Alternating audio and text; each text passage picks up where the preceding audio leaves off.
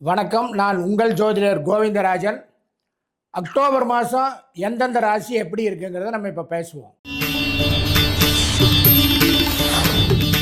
இந்த அக்டோபர் மாதம் மீன ராசிக்காரங்களுக்கு எப்படி இருக்கும்? ஜென்மச்சனின்னு சொல்லக்கூடிய சனி பகவான் நடக்கக்கூடியது இந்த அக்டோபர் மாதத்தில் மீன ராசிக்காரங்களுக்கெல்லாம். ஏன்னா 7.5 சனியில் ஜென்மச்சனி.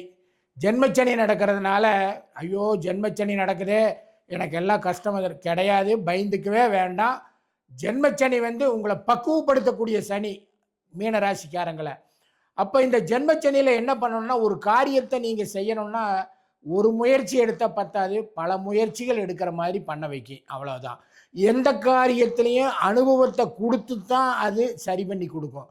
கடன் கொடுத்துருக்கிற வாங்கணும்னா நடந்து நடந்து கால் தேஞ்சு போகும். கடன் கொடுக்காதீங்க, கடன் வாங்காதீங்க முடிஞ்ச வரைக்கும். ஏற்கனவே இருக்குது கடன்னா அதை கட்டுக்குள்ளே வச்சுக்கக்கூடிய வாய்ப்புகளை நீங்கள் ஏற்படுத்திக்கங்க மீனராசிக்காரங்களுக்கு. ஆனால் அதே நேரத்தில் வெளிநாடு போகிறதுக்கு நான் முயற்சி எடுத்துகிட்டு இருக்கிறேங்க, எனக்கு ஏதாவது வேலை வாய்ப்பில் வெளிநாட்டுக்கு கிடைக்கிறதுக்கு வாய்ப்பு இருக்கா? கண்டிப்பாக கிடைக்கும். அதுக்கு முயற்சி எடுங்க, கண்டிப்பாக நடக்கும். குழந்தைங்க சம்பந்தமான படிப்பு, குழந்தைங்க வெளிநாடு போய் படிக்கிறதுக்கு உண்டான ஏற்பாடுகள் நான் பண்ணிட்டு இருக்கிறேங்க, அது எனக்கு விசாவெல்லாம் கிடைக்குமா குழந்தைகளுக்கு? கண்டிப்பாக கிடைக்கும். அதுக்கெல்லாம் நீங்கள் முயற்சி எடுக்கலாம். அதெல்லாம் கரெக்டாக சனி பகவான் பண்ணுவார். ஆனால் எந்த காரியத்தையும் புரிய வச்சு கொடுப்பாரு.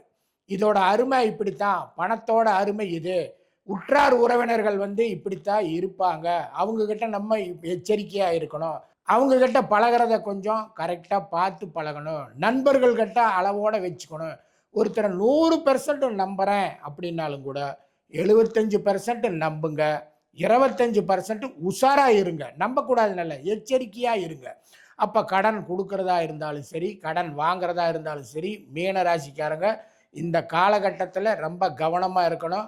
என்றைக்குமே பொறுத்த வரைக்குமே மீன ராசிக்காரங்க வாயு பகவானுடைய ராசின்னு சொல்லுவாங்க. அந்த இடம் வெளிநாடு போகிறதுக்கோ வேலை வாய்ப்பில் ஏதாவது உயர்வு இது கிடைக்குமானா வேலை பளு அதிகமாக கொடுப்பாங்க, ஆனால் பதவி உயர்வும் கொடுப்பாங்க. பதவி உயர்வு கொடுத்ததோடு மட்டும் இல்லாமல் ஒர்க்லோடு அதிகமாக கொடுப்பாங்க.